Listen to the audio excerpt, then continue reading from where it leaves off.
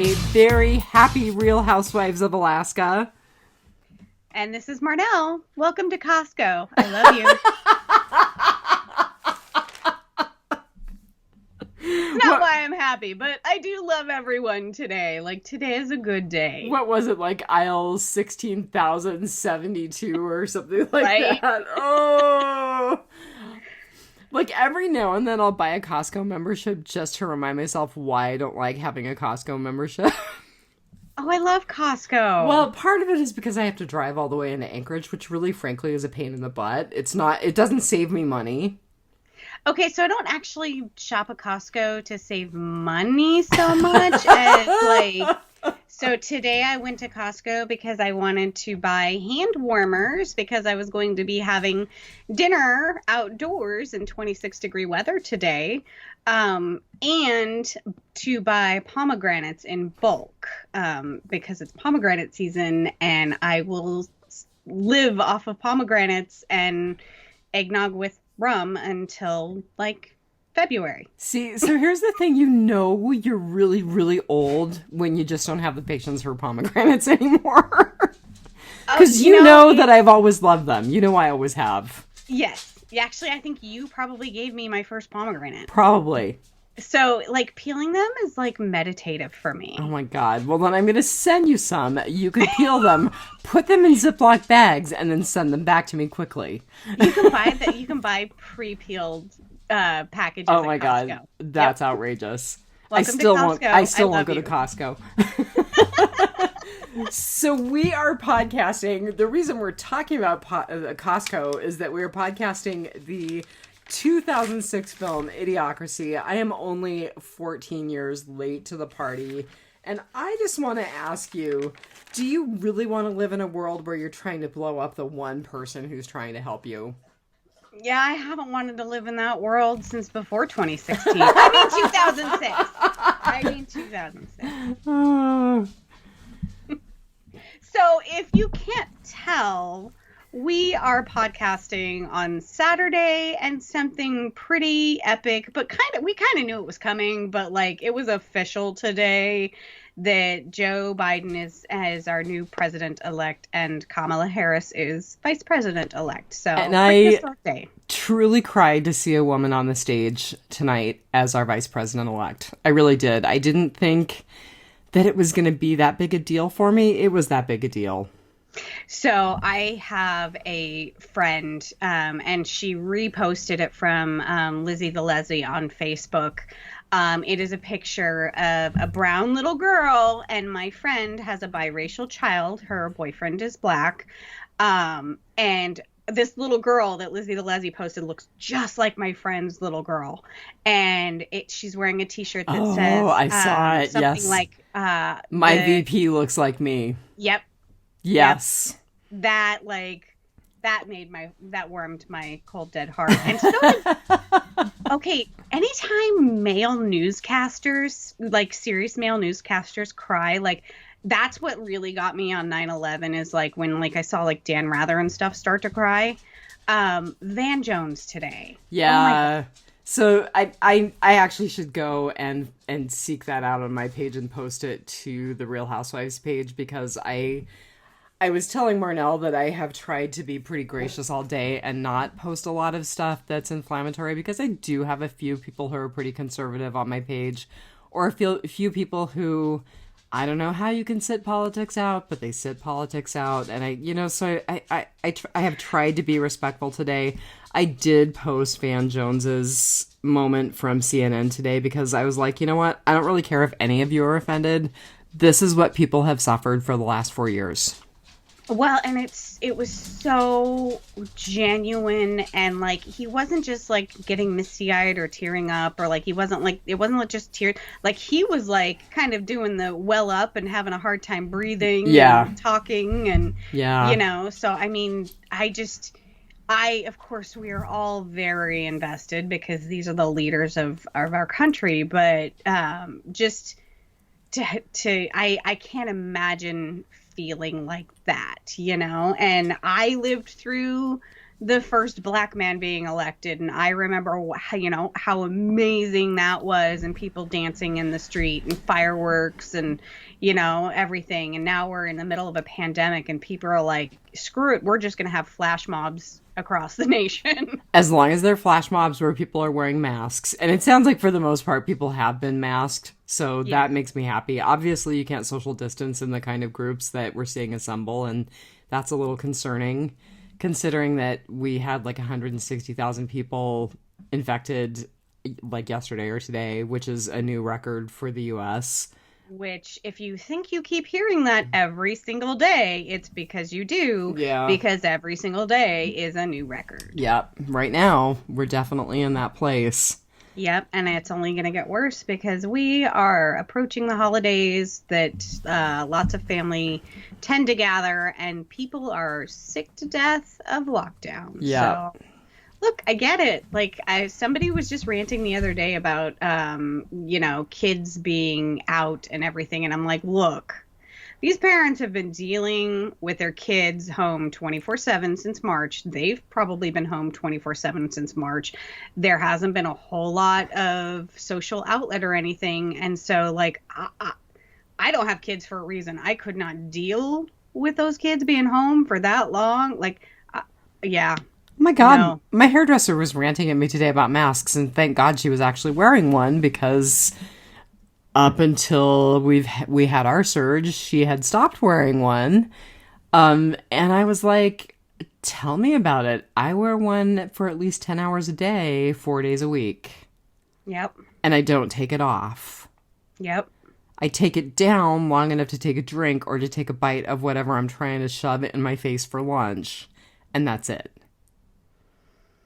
Yeah. And I mean, I wear one anytime I go out to a place. It's like I said, I had dinner outdoors today in 26-degree weather because I wanted to go out with one of our friends. He's a friend that, he's in our normal circle.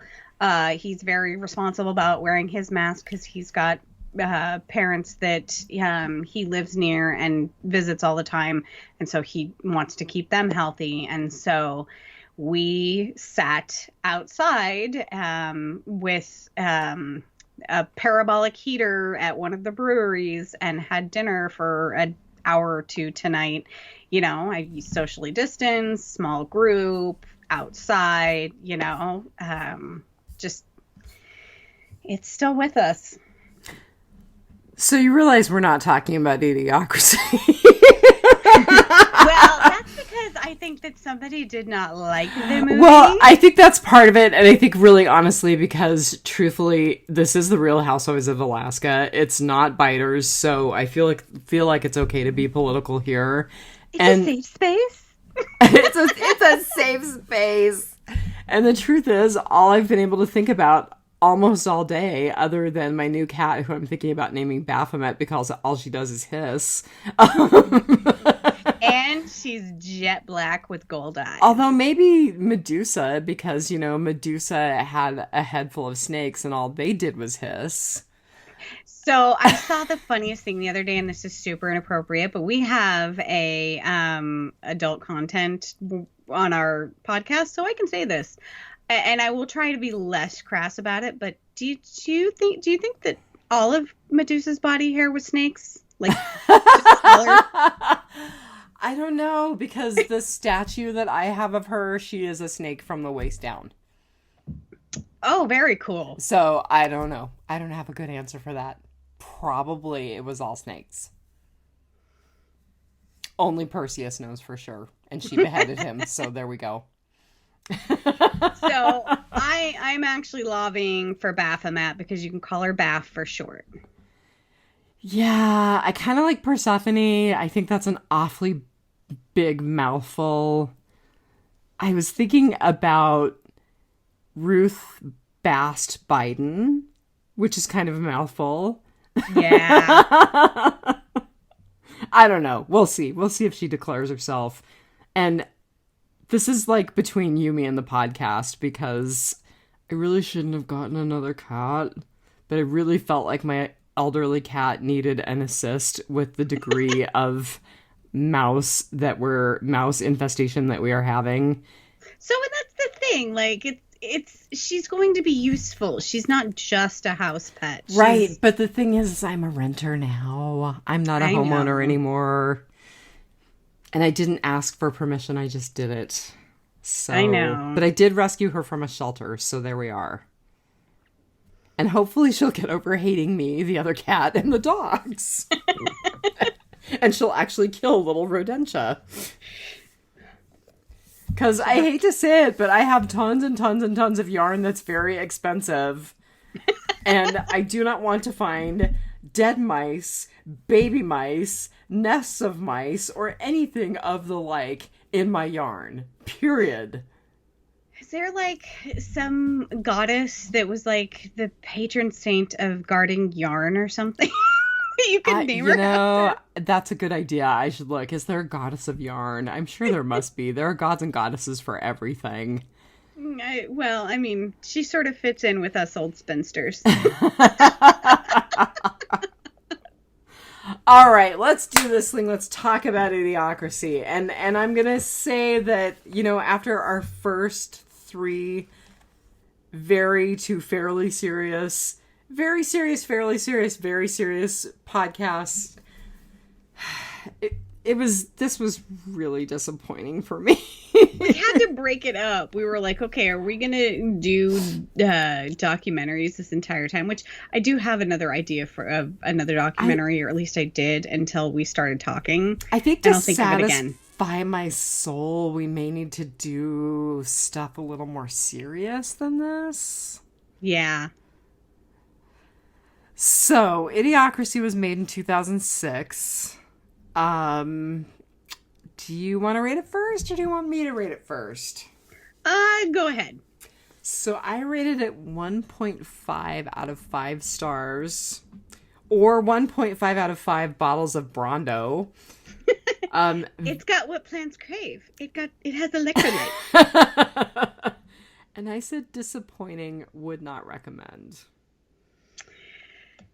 Yeah, so like I said, like I texted you, it is not a cinematic masterpiece. So, but I mean, you love it so much, or at least I was under the impression that you loved it so much. I think I had really high expectations for it.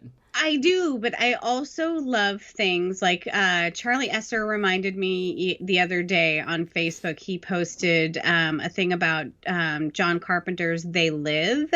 It was released, I think, yesterday, in 1988. And it's just, there are some cult classic movies that I absolutely love. And they are not great movies. I mean, they are not going to be the hard-hitting stuff like The Color Purple, and they are not going to be the movie-going experience of Avatar, like they're not anything big or special or anything, but they speak to a large portion of society. And this is one of those movies. And in fact, They Live is also one of those movies that just, it has a deeper message. And that if you do any sort of deep dive on Idiocracy, it invokes Poe's law, which is basically the law of it is such a parody of itself that you have to actually point out that it's satire because people believe that it is what it is, and it's not. I mean, I get that it's satire. I didn't really like the packaging it was wrapped up in. It didn't really do much for me. I'm sorry. I'm sorry. It's okay. Well, I mean, so I rated it 3.4 stars out of 5. So I didn't rate it that highly either. Like I said, I don't love this movie. I like this movie for what it is. I would have expected you to rate it higher just because, again, for some reason, I really, really thought that you just loved this movie. But I quote it all the time. I mean, don't you feel like for the past 4 years we have sort of been living this devolvement of society? Well, so I actually pulled up 2 articles for Housewives Weekly that specifically talk about this movie and that idea. So we will talk about that. Of course we will, because it's Idiocracy. And I feel like you've referenced it a lot over the years, and that's the reason I was like, maybe we should do Idiocracy, because I wasn't sure what we were going to do this week. So I'm totally the one who picked it. It's totally on me. I just didn't totally know what I was getting into. So I guess if you are not interested, if you are listening to this podcast and you are not interested in seeing the movie, I encourage you to go to YouTube and watch the first 5 minutes of the movie. And it's the Cleveland family tree. Okay, that was pretty funny. Okay, and we will talk about that. Okay. So, just having said all that we've said about it, if you are not interested in watching this movie, I encourage you to watch that little bit of it. All right, so I do have a ton of stuff in numbers, which I thought was really interesting. So it only made $495,000 in box office, but here's the interesting stuff about it. It was not screened for critics. The studio did not send out any promotional materials. They didn't do any trailers. They didn't do any ads. And the studio actually was accused of really abandoning the film. And it was only released in 7 films when it was finally released. 7 theaters. Or yeah. 7 theaters, excuse me. Thank you. And typically a movie that gets big release gets released in 600 plus theaters during its release week. So, I mean, it really does look like 20th Century Fox walked away from it. Now, there's some question as to why. You know, there are people now, including the director, who say, well, you know, it got kind of negative screenings. But there are a lot of people who are like, no, they didn't want people like Costco to get pissed off at them. Yep. Exactly. And they also, I mean, they were making a statement on the dumbing down of society. Right. And you have to tread lightly when you do that, because society doesn't like to be called dumb. Right. No, it's true. And I mean, there was part of me that was like, I totally get it. And there was part of me that was like, okay, on top of actually having a really good day, this movie is a major downer. Well, I do have to say that there was one part I felt very called out on, and it was about reading more books. Yeah, I wondered about that. I maintain watching the black and white version of the movie counts as reading a book. So I will tell you a little more about numbers. So the budget was somewhere between 2 and 4 million. I couldn't even find like actually what the budget was. But they more than made up for it in DVD rentals. It's made about $9 million in DVD rentals. Yep. And it's because it's a cult classic now. Yep. Because of people like you. So our writer, it was actually written by 2 people. It was written by Mike Judge, who was also the director, and then a guy named Etan, E-T-A-N Cohen. Yeah, and I was like, did they screw it up? Was it Ethan Cohen of the Cohen brothers? And then I was like, I looked him up and I was like, no, it actually wasn't. No. So Mike Judge has written several things. The things that I recognized were Beavis and Butthead, King of the Hill. That probably should have tipped me off. And then he wrote for a TV series called Silicon Valley. He's won a couple of awards for that. And then Ethan Cohen, or however the heck you say his name, wrote Holmes and Watson, which is the one that had John C. Reilly in it. Yeah, that one was like over my silly meter. Yeah, I'm not interested. I'm majorly hit or miss with John C. Reilly, so it's not one that I've watched, but just so people kind of know which one I'm referring to. He also wrote Men in Black 3, which, I mean, I kind of felt like they could have left it at Men in Black and that would have been fine because it was a great movie and it didn't need to be elaborated upon. He wrote Tropic Thunder, which I also think was a John C. Reilly film. Not entirely sure. Could be wrong. And then was responsible for some episodes of American Dad, King of the Hill, and the Timon and Pumbaa TV series. Also, a couple episodes of Beavis and Butthead. Oh, okay, right. I don't know why I didn't write that down, because that certainly was crossover between him and Mike Judge. Yeah. And then Mike Judge as a director, so he did direct this film. He's directed some SNL, and he actually directed Office Space, which I thought that was a hilarious movie. Yeah. So he wrote and directed for Office Space. I mean, I still think of Jennifer Aniston and all of her pins. What they call it? Do they call it bling? Flair. Flair. That's right. 43 pieces of flair, yes. Or whatever. And I still think about them going in and like destroying their printers and computers, and yeah. Office Space was a very satisfying movie. So that's our writer and director. I had to laugh. So when I looked up the movie, because I actually looked it up and started doing some notes while I was watching some news today. So I looked it up before I watched the film. And you had said, I said, who's the Housewives hero? And you were like, the chick. And then I wrote down, the chick. By that, do you mean Maya Rudolph? I could not think of her name, and I think I was probably still laying in bed when you said that when you asked me that. Completely cracked me up. The chick. I'm like, okay. Yeah, you totally know who I mean. Well, it wasn't the chick who was a cabinet member of President Camacho's cabinet. Yeah, I knew that for sure. Yeah.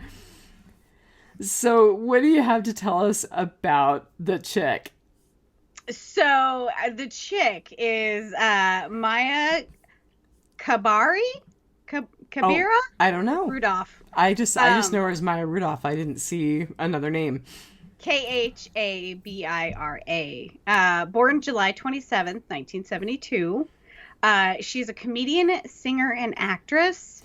Which, that surprised me. She was in a band with one of the guys from Weezer. Yes. Yeah.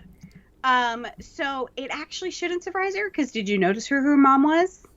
Or is? Her mother. I believe that her father is still alive, and I believe her mother has passed. So her father was like a music producer, and her mom was a soul singer. Her mother was singer-songwriter Minnie Riperton, who I absolutely love. So when I looked in IMDb, they didn't list names, so I didn't realize. Oh, wow. So her mother is Minnie Riperton, who died at 31 of breast cancer. Oh, God, that's so sad. Maya Rudolph was 17. And her father is composer Richard Rudolph. And so there was also another little interesting tidbit. Her grandfather actually owned the Wendy's franchise a long time ago. And now I can't find where I screenshotted that. But so she actually grew up, her grandmother, her paternal grandmother, was also a soul singer, and here it is. So her paternal grandfather was Sidney Rudolph, a philanthropist who once owned all of Wendy's and Rudy's restaurants in Miami-Dade County, Florida. So her godmother, Rudolph's godmother, was singer, songwriter, soul and R&B singer Tina Marie.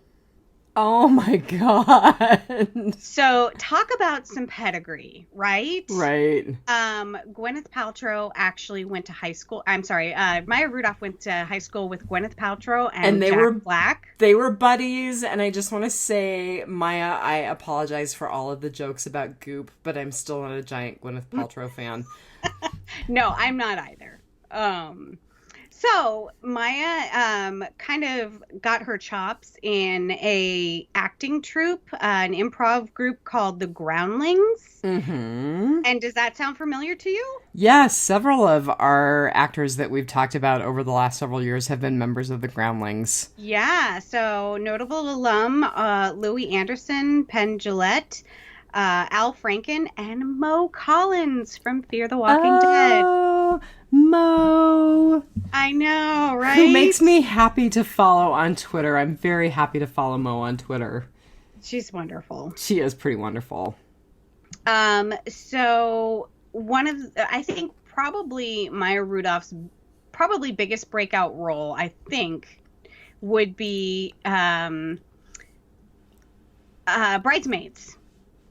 Which I've never seen. And can I ask you, was that a movie that Amy Schumer was in? No. No. Amy Okay. Schumer was not in that movie. Okay, then, see, I am so déclassé. So I've never seen it. Never seen it. Probably won't. Probably won't make the list. I watched it and it is not my style of humor. But yes, I have seen it. And so the major actresses in Bridesmaids were Kristen Wiig. Okay, that's what I remember. Amy Poehler. And Rebel Wilson. Yeah. And Terry Crews, who was also in Idiocracy. Which, all I can remember about Terry Crews is that horrible commercial where he's wearing a pink sweater, playing his flute, and jiggling his breast tissue. Yes, he is not my Old Spice guy, but he is a Old Spice guy.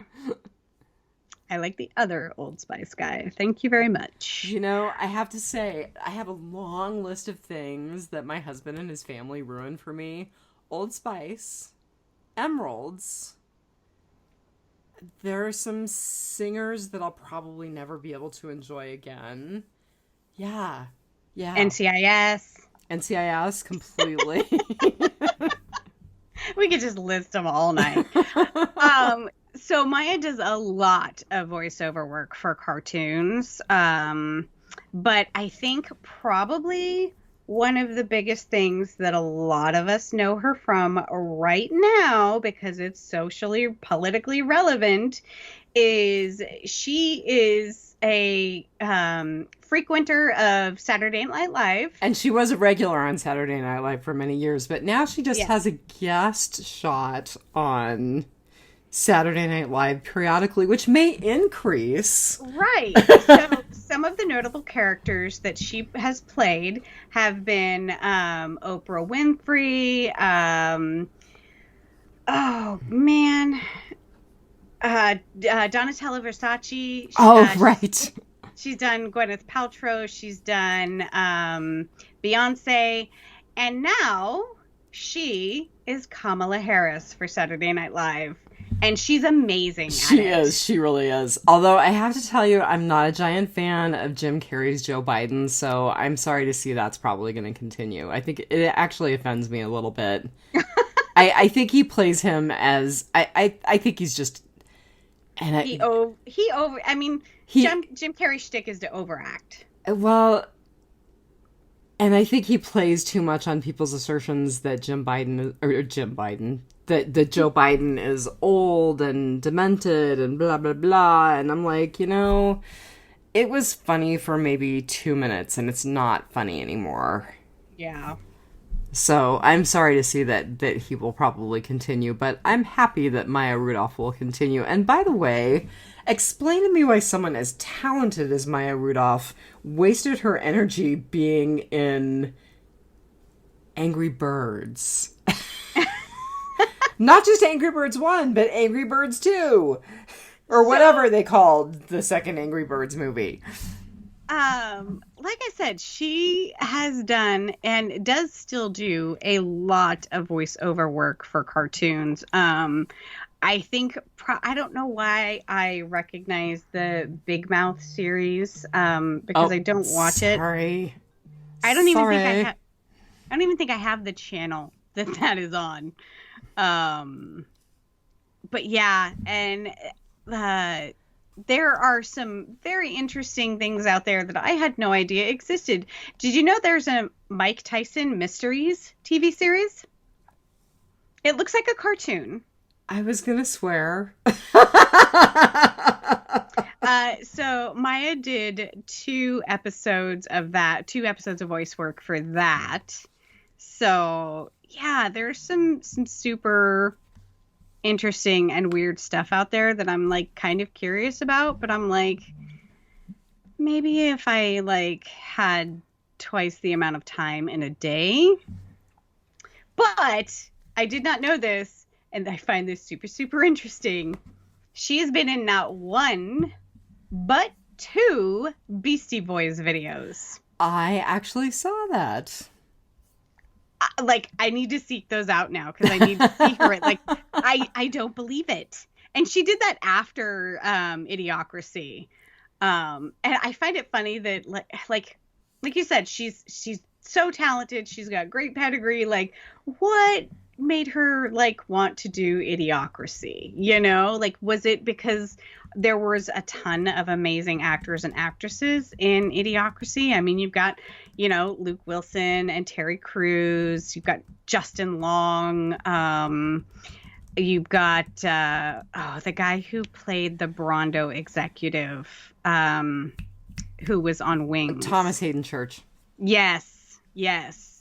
You know, was it because there were so many great actors and actresses that were doing the movie also that attracted her to it? Because, you know, she had already done movies like 50 First Dates and Duplex. Which I loved. Oh, that was another thing that my husband and his family have ruined for me. I'll never be able to enjoy Drew Barrymore again. Oh, that's I know. sad. I know. 50 First Dates is a great movie. I'll never be able to enjoy it again. I hate him. She had reoccurring characters on City of Angels and Chicago Hope. She had a small part. Did in you know that Attica. Mandy Patinkin had a recurring character on Chicago Hope? I don't think I did know that. Yes, he did. But like I said, if you find yourself on TikTok, you should follow Mandy Patinkin because he's hilarious. So, yeah, I mean, Maya Rudolph, like I said, you will know who I'm talking about when I say the chick because she's amazing. I love her. I can't wait to continue to see her on SNL as Kamala Harris. And, yeah. I'm totally going to get online tonight and see if I can find, like, the cold open from SNL because, you know, I don't have cable, so I'm not going to be able to watch it. And I don't think you get current episodes unless you pay for Peacock. I do have to say, I used the free version of Peacock a lot this week so I could watch election coverage, but... So her Twitter handle is @MayaRudolph, and she does post a lot of her work on there. I didn't see anything that was really up to date. Did I not scroll down far enough? Oh, actually, you know what? This one isn't quite up to date. The last thing I saw was from 2019. Yeah, you're right. It is. But it's Kamala Harris retweeting or tweeting Maya Rudolph playing Kamala Harris.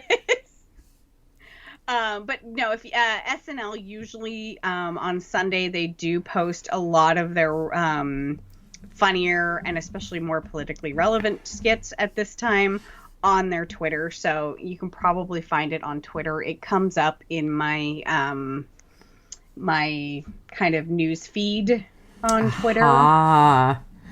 Well, I have two Twitter news feeds now. I have the Real Housewives news feed, and then I have my own. So and you have to go follow Maya Rudolph. I was doing a fair amount of Ave Satanas on my Real Housewives news feed this week. So that's all I have about Maya Rudolph. I will say that if, again, you find yourself on TikTok, there is plenty of Satanic Temple content on TikTok. Are you following the Satanic Chef? I'm not. I don't know if he or she is on TikTok or not, but I noticed that on their Twitter, and I haven't delved any deeper.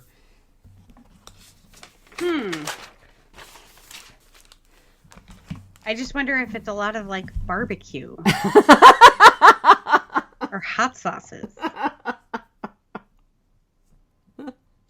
All right, I'm going to roll us into Housewives Weekly, where I do not have much, but I did look and see if there were any updates about any of the movies that we've talked about. And I didn't say this last time because I didn't find it, but City of Joy actually began its 18th class of women this summer, which I thought was really cool. That is amazing. And then you and I talked about how there were several different references to Idiocracy as being a very appropriate movie given our current political climate. Mm-hmm. So I found a couple and I kept them pulled up. And one of them was an opinion column written by a guy named Max Boot, who writes for the Washington Post.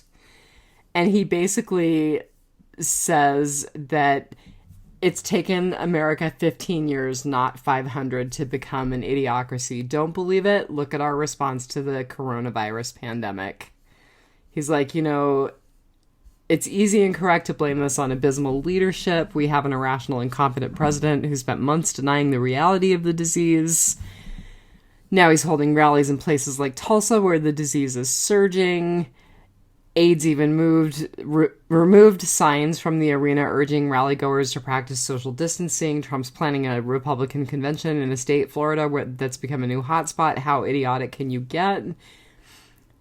Go ahead. So when Mike Judge was recently asked about in 2016, on the 10-year anniversary of the release of Idiocracy and the election of our soon-to-be former President Trump, Mike Judge was asked about sort of basically being a prophet. Yeah. Yes. And he said, when asked about predicting the future, he remarked, "I'm no prophet. I was 490 years old." Well, so the other thing that Max Boot said was, basically he pointed at he called it toxic imbecility. And he wasn't just pointing at Donald Trump. He was also pointing at legislators. One Ohio legislator said, "I don't want to cover people's faces because we're created in the image and likeness of God." A Palm Beach, Florida woman complained that masks throw God's wonderful breathing system out the door. Tell that to surgeons. Right? Oh. Yeah, so he just was basically like, we can and should hold our leaders responsible, but ultimately we have no one but ourselves to blame. Nobody forced so many Americans to act so recklessly. We are living and dying in an idiocracy of our own creation. Yep. The other article that I kept open was actually an article from Rolling Stone, and it was written in 2014. And it says, with a porn star POTUS, which is not quite true, it was a porn star FLOTUS, and a blockbuster film called Ass, our latest Be Kind Rewind looked at the smartest stupid movie ever made. So apparently, I don't know if they're still doing this series, but apparently Rolling Stone has periodically been looking at movies that they consider to be underappreciated or critically maligned, and this was one of the movies that they highlighted. Mm-hmm. And I think actually this is where I also saw the quote from Mike Judge saying that he was a few hundred years too early. So at the height of the 2016 campaign, Judge said he was trying not to imagine that the dystopia he had created on screen could become a reality. Every other Twitter comment I get about Idiocracy and how it's a documentary now, before Trump won, he called the parallels surreal and a tad bit scary. Now he sounds genuinely concerned.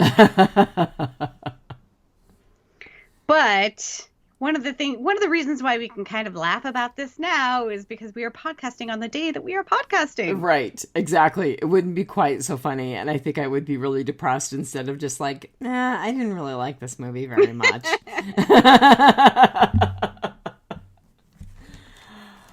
So that was really all I had in Housewives Weekly. Housekeeping, I did write down about Biden-Harris, but I think we pretty much talked that to death. So one of the things that I forgot to mention about Maya Rudolph, because I always try and point out a charity that the stars work with. Good. And this is a very relevant charity that she has supported in the past. It is called Milk and Bookies. Milk and Bookies is a nationwide charitable organization that inspires children to give back using books as its currency. Oh, I like that.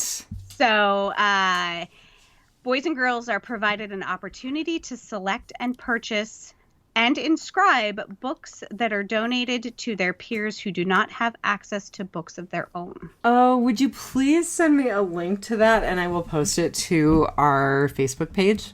Yep. Because that is really cool. And it encourages reading, which right. we all should do more of, including me. So the other thing I had in Housewives housekeeping, I've kind of mentioned, which I think I now have 4 dead mice. And I'm pretty sure that 2 of them were Abira, the original cat, and that 2 of them are Koba, my middle-sized dog. Because I came home again yesterday to a dead mouse in the dog bed downstairs. Is Koba really middle-sized? She's pretty middle-sized. She's under 40 pounds. I know, but she's like a really, really, really big dachshund. I call I Mouse is small, Koba's medium, and Smalls is large. That's the way we look at it in our house. But yeah, dachshunds are ratters, right? I was going to say, I had a corgi mix that was a ratter. Yeah, so I totally think that some of the deaths that have occurred in the rodent population have been hers. So, I may have jumped the gun by bringing Baphomet, Ruth, Medusa home, but, we'll see. Okay, the only other thing, and this is super exciting, I actually got email from someone from the Satanic Temple asking if they could add us to their app in their media hub. Absolutely. So their app is still under development. I did download it, but I also gave her permission to absolutely do that. And she said that she would rate, that she was partway through the podcast about Hail Satan, and she would rate it 5 pentagrams out of 5. Yay! So I was pretty tickled by that. Seriously, if I didn't think I would be run out of town with pitchforks and torches, I would probably start a chapter here. I am pretty sure that my new orange mug that has a witch that was designed for the Satanic Temple, I don't think it has anything that says the Satanic Temple on it. So I bought it for work. I'm pretty sure it's at the post office waiting for me. But it was a choice between getting my hair done or going to the post office today, and I got my hair done with a mask.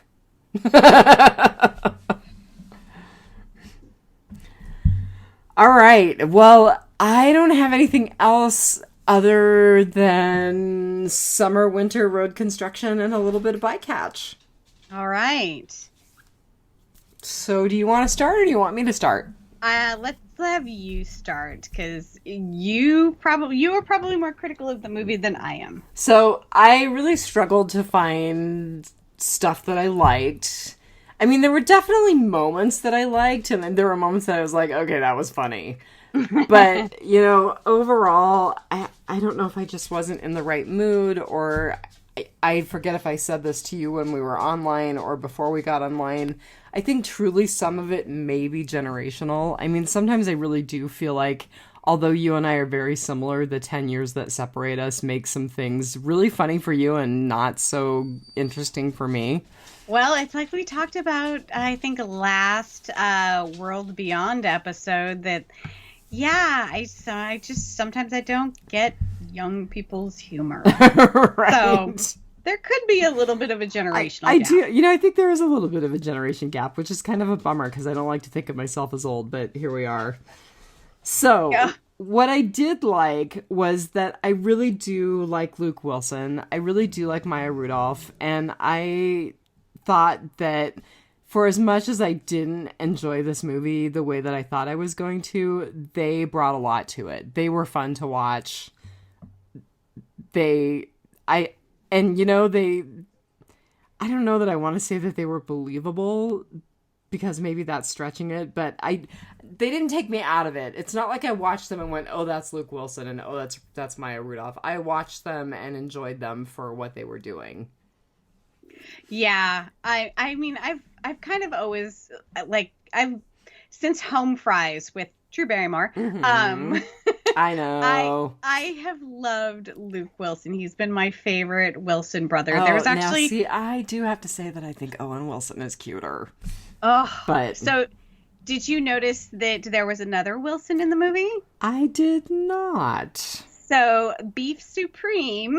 No way! Is he a Wilson?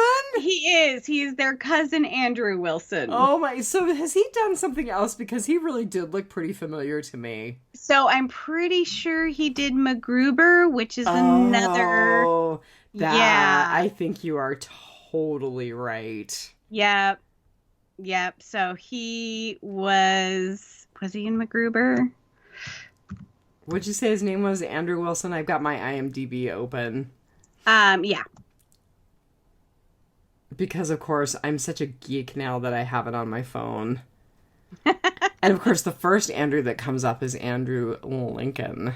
And you know what? I'm not seeing MacGruber. Oh, but I know why I recognize him, because one of my favorite movies, Whip It, he played... With Drew Barrymore?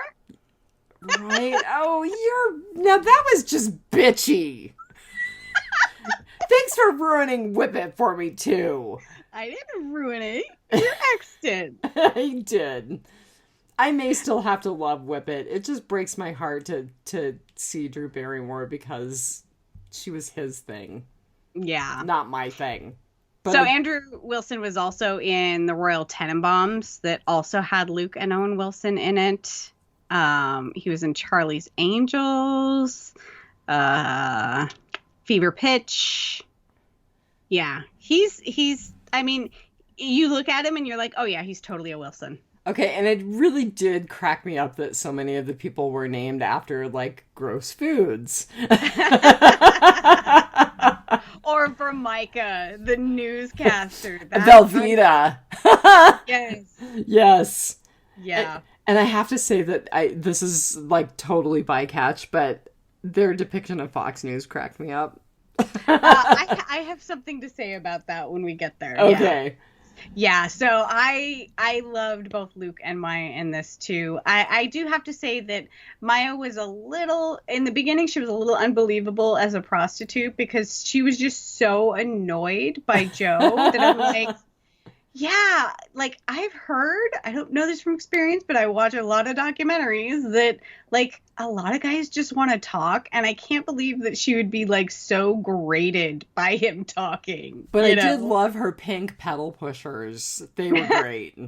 with the laces. Yep. Okay, so Andrew Wilson has actually been in a ton of Drew Barrymore movies, just so you know, which is kind of like, now I'm just dying. So you may have to seek therapy about your Drew Barrymore. I may have to, because he was in Fever Pitch. Yes, he was in a Charlie's Angels movie. He was in Zoolander, although she wasn't in that. No. Actually, he was in both Charlie's Angels movies. He was in Never Been Kissed. Yeah. Yeah. All right. All right. Your summer. My summer, my good. We talked about it a little earlier. Like I said, if you are not interested in watching this movie, but you absolutely, and you're listening to this podcast, you absolutely should go to YouTube and watch the first 5 minutes of the movie. It is the best part. It depicts Carol and Trevor, this like smart yuppie couple who are, putting off having children until they are ready. And they Trevor are financially dies of a stable. heart attack. Trevor dies of a heart attack, and they never have any kids. And then on the But she's got side embryos put away for when she meets the right man. right? And then on the other side, you have Cleavon, who has a bajillion children. And so, it starts out as just like his girlfriend's like, damn, I'm pregnant again. They've already got like 3 kids or something. And he's like, I thought you were on birth control. And she's like, no, I'm not on birth control. He's like, oh, maybe that's Becky. And she's like, who's Becky? And then like it just his family tree just explodes from there. And like, his grandchildren and his great grandchildren. Well, and then he gets in this horrible accident where he's trying to jump like a jet ski from a swimming pool to a lake. And impales his groin. But unfortunately, or fortunately, the very skilled surgeons, are able to restore his fertility. Mm-hmm. And so then he, his family tree keeps exploding from there. And so if you posit it just the right spot and you examine his family tree, you will see some familiar faces. So because this is a Mike Judge, Eden Cohen production, you will see Hank and Bobby Hill from King of the Hill. Oh my gosh, that's so funny. I didn't pause at the right moment, obviously. You will see a dog, a monkey, a goat, George W. Bush, and Condoleezza Rice. Oh my god, that is so funny. Who Maya Rudolph has played on Saturday Night Live. Okay, that's completely meta. Isn't it? I absolutely love the beginning because I find myself thinking, and I do not be offended if you have children. You are much braver than I am.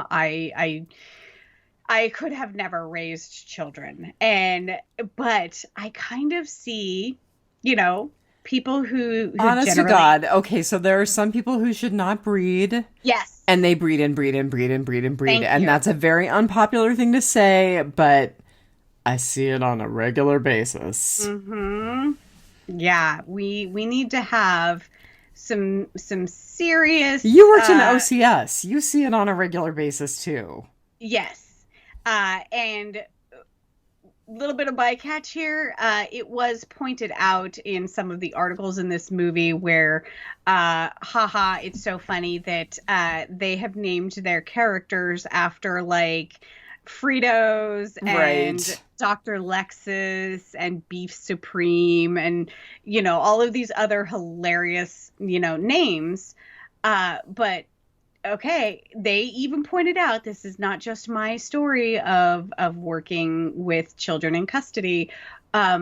People are starting to name their kids like Khaleesi, mm-hmm. and yeah, I'm sure that there are going to be several other, like when True Blood was big, I know that there were some girls named Sookie, which and it was the Charlene Harris spelling of Sookie, not the Bradley Cooper's wife, Sookie something. She's a model. I didn't know that there was another spelling. Yep, Suki and Sookie, maybe? I don't know. There's like 4 different ways to spell Cheyenne, so yeah. So I thought that was funny about the names that, that we already see that in society reflected. Mm-hmm. But so, yeah, if you take the time to pause it at just the right spot in Cleavon's family tree, you will see all of those hilarious characters. And I also noticed that there specifically, if you look for kind of a baby with like a pink hat or blanket or something wrapped around them, it's a repeating character, so they just kind of used the same baby over and over in several spots. That's so funny. Yeah, so I absolutely love the very, very beginning of this movie. It speaks to me.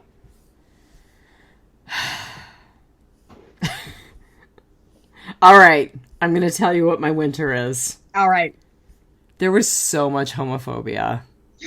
That was my bad. That was Oh my God. winter. It did- Cringy homophobia. It did not age well. It did not age at all well. It was not funny. It was, no. Yes. Mm-mm. Cringy. Yeah. Cringy. And like, I'm like, everywhere.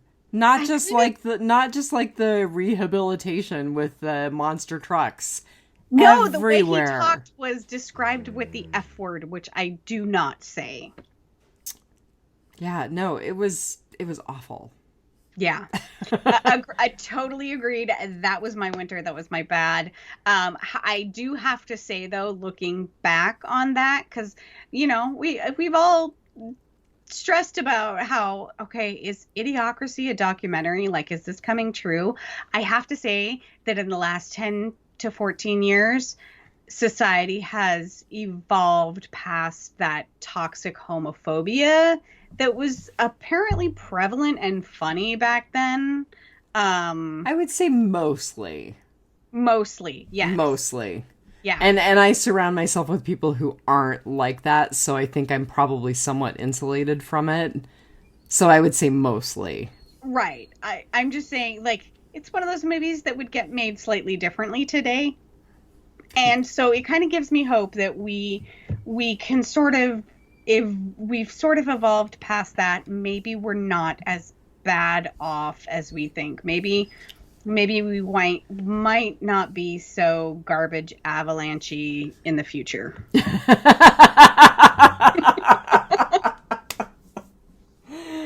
Oh God, how funny. So we had the same bad. What was your ugly? What was your bike or your couch? My road construction. Road construction. I'm sorry. Yes. So my road construction was actually, it was okay. This is kind of funny. This was okay. I enjoyed this. So I did appreciate the plea for people to read, stay in school, and use their brains more. And I also thought that the dinosaurs at the time machine were really funny. Especially the UN dinosaurs. They were really funny. Charlie Chaplin as Hitler. Yes, which I mean that's actually from a Chaplin movie. Right. Yeah. Right. And I mean The Great Dictator. The Great Dictator. If that is one thing that I also encourage to look up on YouTube is the speech that Charlie Chaplin makes in The Great Dictator. Yes. It's amazing. Yeah. It does. That's something that does give me hope for the future. So my road construction is kind of what I've talked about for the movie as a whole. I don't love this movie. I like this movie for what it is, and it's a satirical yet frightening look at the dumbing down of society. Mike Judge sort of made this as a parody. The thing that inspired him to write this movie was he saw two women with strollers in Disneyland arguing, I guess like basically almost coming to blows, and he sort of like saw this like de-evolution of just societal norms and politeness and education and book reading and things like that. So that's he was inspired to write the movie because of that. And I think that he was a little bit of a prophet because and I do honestly think sometimes the way that we speak and the way that we speak to each other, and I include myself in that because there are times I say things and I'm like, I can't believe I just said that. We definitely have devolved in terms of the way that we speak and relate to each other. Yeah, I mean, I think we definitely, I think as much as we are aware of our divide, I think we are all a little bit shocked at like how close this election was. It was the most people that have ever voted in this election, and it was only right now it stands at about 4 million votes apart. And I think each side thought, no, it's totally going to be a landslide for my guy, Mm-hmm. And we were all kind of like, wow, it really is almost 50-50. It is almost right down the center, you know? And so I really hope that we can grow from where we are now and learn to get over our differences, or at least understand that we have more in common than we have in differences. That wasn't the best way to put it, but I know. I was picking up what you were throwing down. we're talking about idiocracy. There is more. We have more in common than those things that divide us. Right. Although right now I am definitely in a place where I'm like, you've called me a snowflake for the last 4 years. Don't expect me to flip overnight and become a well of compassion. I really, I've liked a whole bunch of stuff on Facebook today that I'm sure if people see things that I like, they'll be like, ugh. I tempered myself from posting anything that would make me a sore winner. And I do have to preface this by saying my guy didn't win. The guy that won was not in my top 5. Right. But I have to agree. He was not in my top 5 either. I am celebrating the guy that lost. And that sounds awful, but, I think I would have voted for I would have voted for President Camacho. Oh, that's funny. That's really funny. At least he would have just been like, you know what? Let's just put an above ground pool in front of the White House. Like, it's totally ghetto now. Little bit of trivia. The presidential RV that was in the parade that looked really familiar for President Camacho and Joe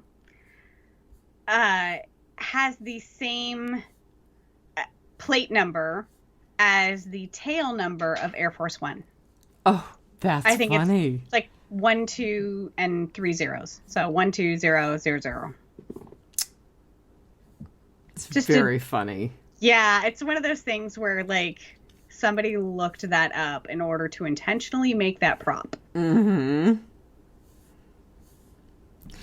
All right, I think that gets us pretty soundly into the bycatch portion of the show, and we've already talked way more about this movie than I thought we would. Of course, we haven't talked much about this movie. We've talked a lot about the election.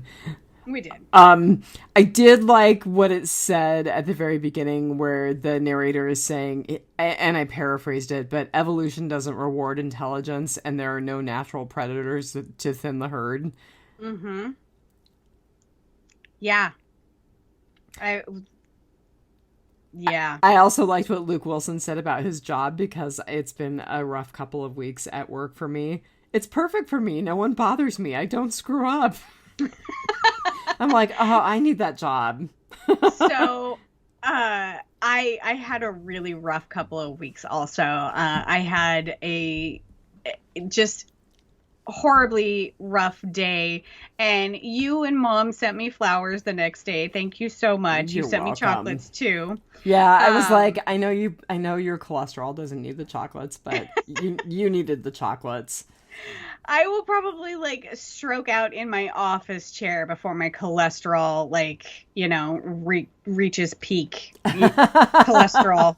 It'll be because of work. But I actually texted someone. In my Facebook post, I asked, people, I'm fine. Don't check on me. I just don't want to talk about it. And of course, so everyone texts me.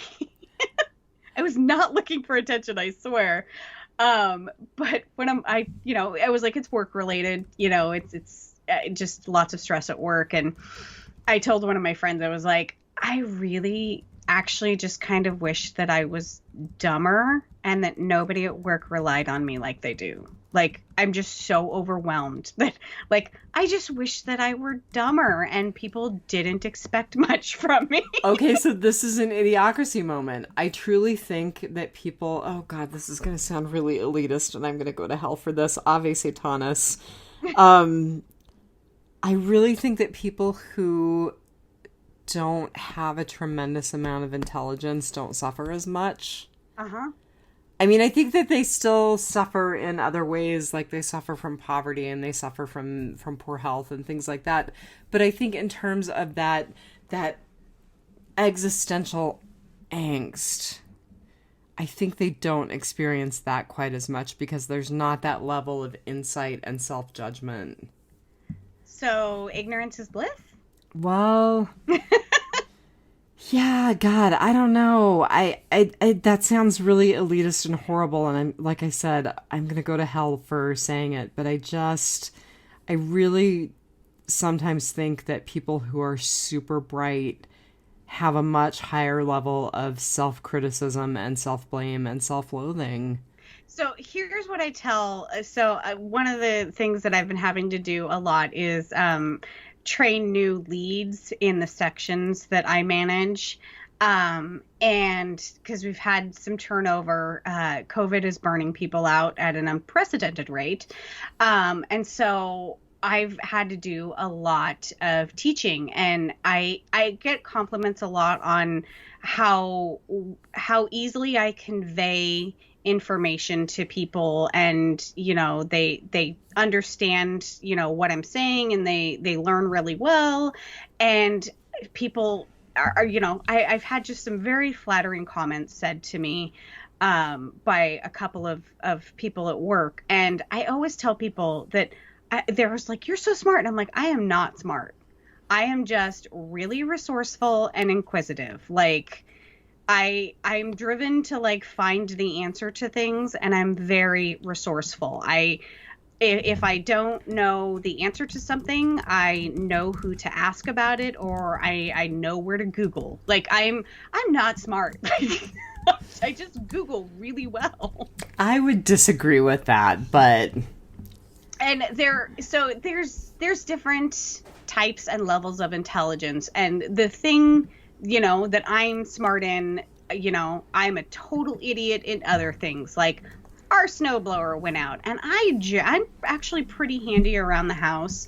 But like I was seriously, when the mechanic was talking to me, I was Googling, engine combustion, because I don't understand that at all. And that doesn't make me dumber, or like the mechanic probably doesn't know accounting, so we all sort of have our own level. But yeah, like there are just some people out there that are a little more helpless than others. I wish people were more inquisitive. It's not even about intelligence. It's just they need to read more, stay in school, and use their brains. Oh. So there was a kind of a funny article that I was reading, and now I don't even have the name of...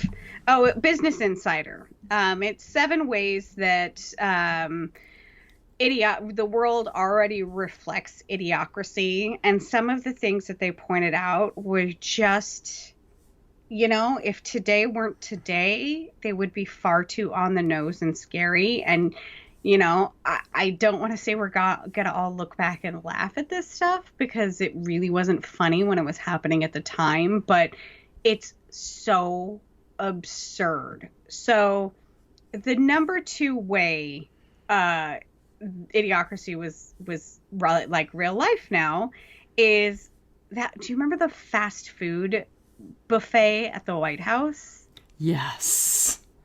Like, whoever thought that was going to be a thing? God. That is a total President Camacho move, right? And that will never be a thing again. Right? I hope. Ugh.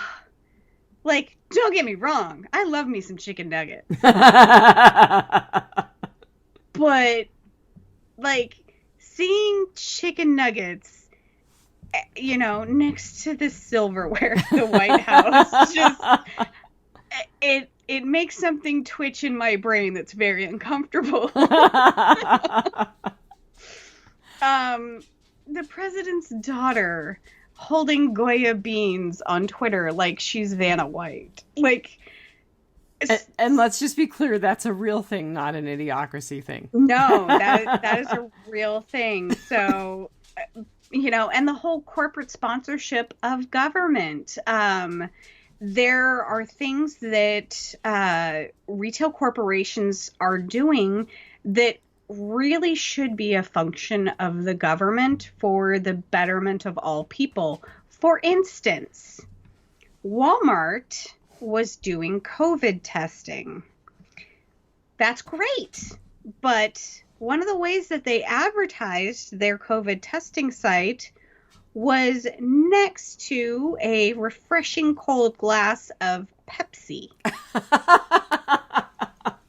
Like, all of the corporate sponsorship in Idiocracy that we saw people walking around with their clothes and in the courtroom and, on the presidential bus or whatever. Like, it's gross and yucky. And, we all say, people on the right or the left say that politicians should have to be like NASCAR drivers and wear their sponsors on their suits.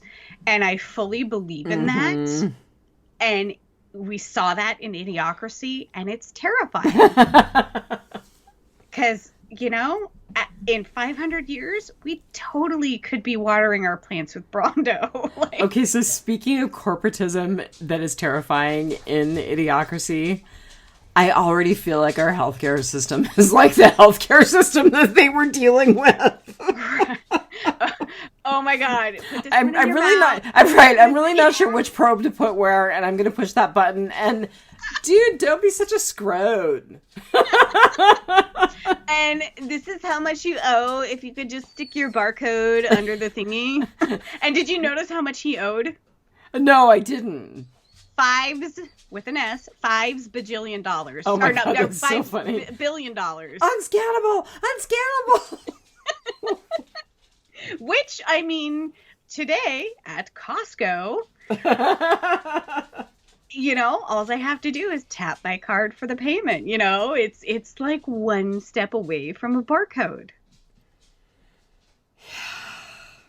Yeah. So another frightening way that this movie is sort of reflecting the reality that we all live in now, and this actually doesn't have a whole lot to do with the government, except for I think that they could have done a really better job at handling COVID so that we aren't, 9 months, almost 9 months into this, and still are where we are. But so a lot of mom and pop places are going out of business. A lot of the restaurants, a lot of the, smaller gas stations, things like that. And you're having all of these large corporations be the only thing left. So you're not going to have, the mom and pop restaurant that, you love their fish tacos or whatever. You're going to have Taco Bell and McDonald's and Subway because they can ride out the storm. And, there's another dystopian movie future that we could be headed towards. It's Demolition Man and all restaurants are Taco Bell. Okay, the other thing that I thought was like really appropriate for our current dystopia is the masturbation channel and the violence channel. Oh, we already had a show called Ow My Balls. It was called America's Funniest Home Videos. That's pretty much all that show was.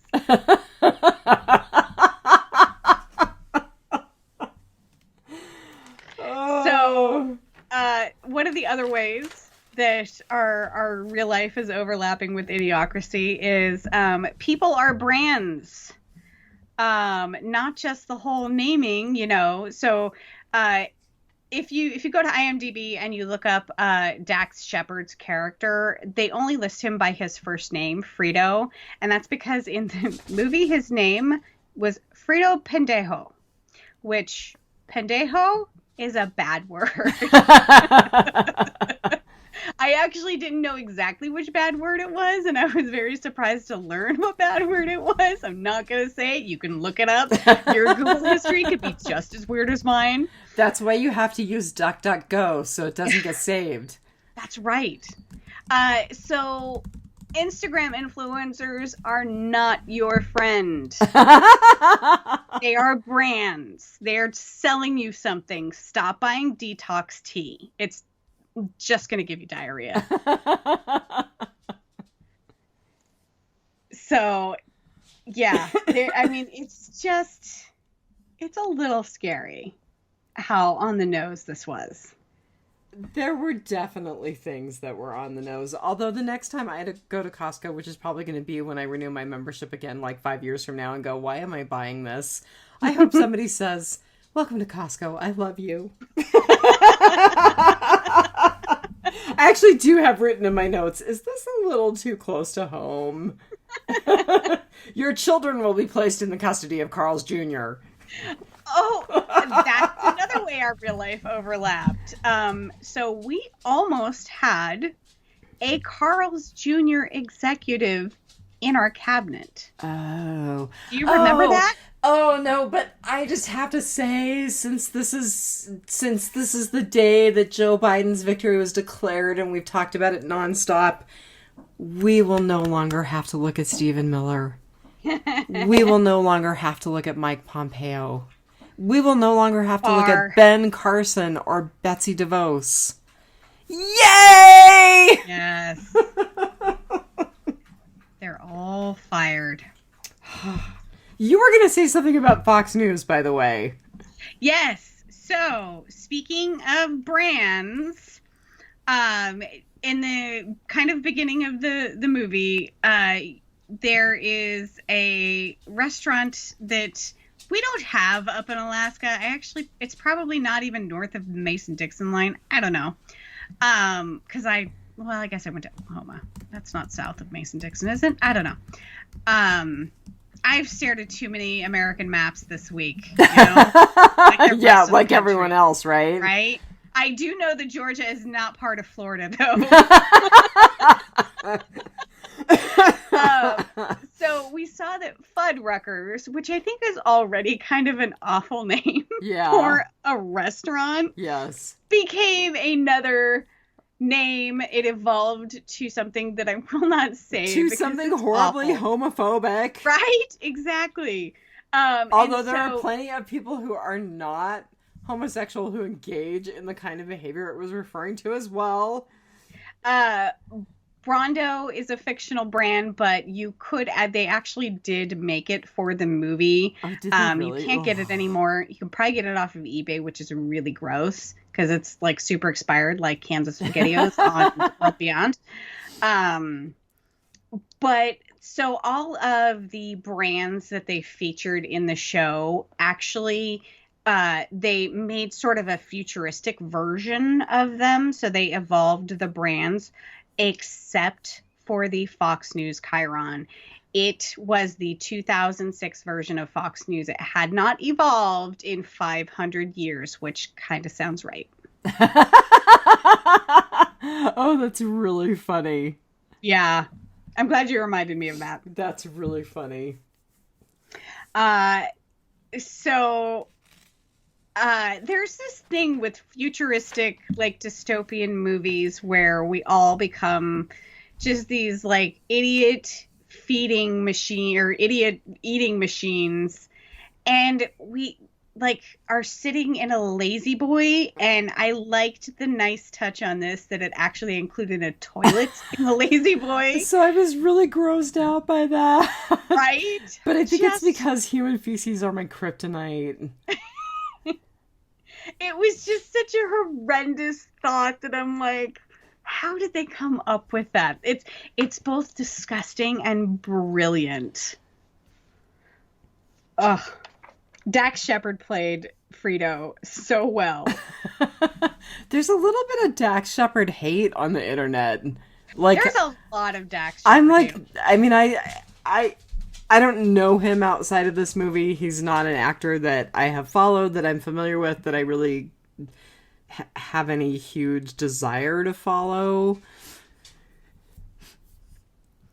I think he's funny as a comedian. He and his wife, who is on The Good Place. that is an absolutely adorable movie, or show. Oh, someone else was in The Good Place. Maya Rudolph has had some time on The Good Place. Oh, yeah, that's right. She plays a judge. Yeah, in like the later seasons. But Dax Shepard and his wife have kind of a funny podcast. So I like Dax Shepard. Like, I don't always love his comedy. Sorry, COVID. Bless you. But yeah, he was very convincing as Fredo Pendejo. It's a bad word, but I like saying it. So, what do you think of the future? Do you think that we will become to be more civilized than we are now, or will we just evolve? I honestly, as happy as I am about today's news, I honestly don't have a lot of faith in humanity. I have some faith in humanity, but I kind of think we may just split it down the middle and there'll be this huge class divide. Right? There kind of already is. I mean, that's what a lot of the dystopian movies of the future talk about. And, you know, the Jetsons are right. I have a robot that vacuums my house. Oh my God! By the way, the robot vacuum that was in the hospital or the clinic. I was like, oh my God! It's us! It's us! Right? So, I mean, if you watched the movie In Time, there was a class divide. If you watched Demolition Man, there was a class divide. If you... God, I don't even know. Like, there's just... like, The Hunger Games, Divergent. Yeah, like, every movie that talks about, you know, the kind of distant future... You have a very, very lower class and a very, very elite class. You know? So we may be headed in that direction. We kind of already are. Yeah. Yeah. But we will be long dead in 500 years. So. Unless we get in some tricked up military coffin. Right? Right? Because you and I did not have any Clevis babies, so there will be none of our DNA around in the future. So that's all I got. Yeah, that's all I've got too. I'm gonna bid for us to keep our movie choices a little more serious in the future. I know that we're going to do The Boys with Phil at some point, which I still think The Boys is, in its own way, more serious and maybe not more pertinent, but more serious than this is. Yeah. Yeah. It's got some pretty heavy subject matter, too. Yeah. Yeah.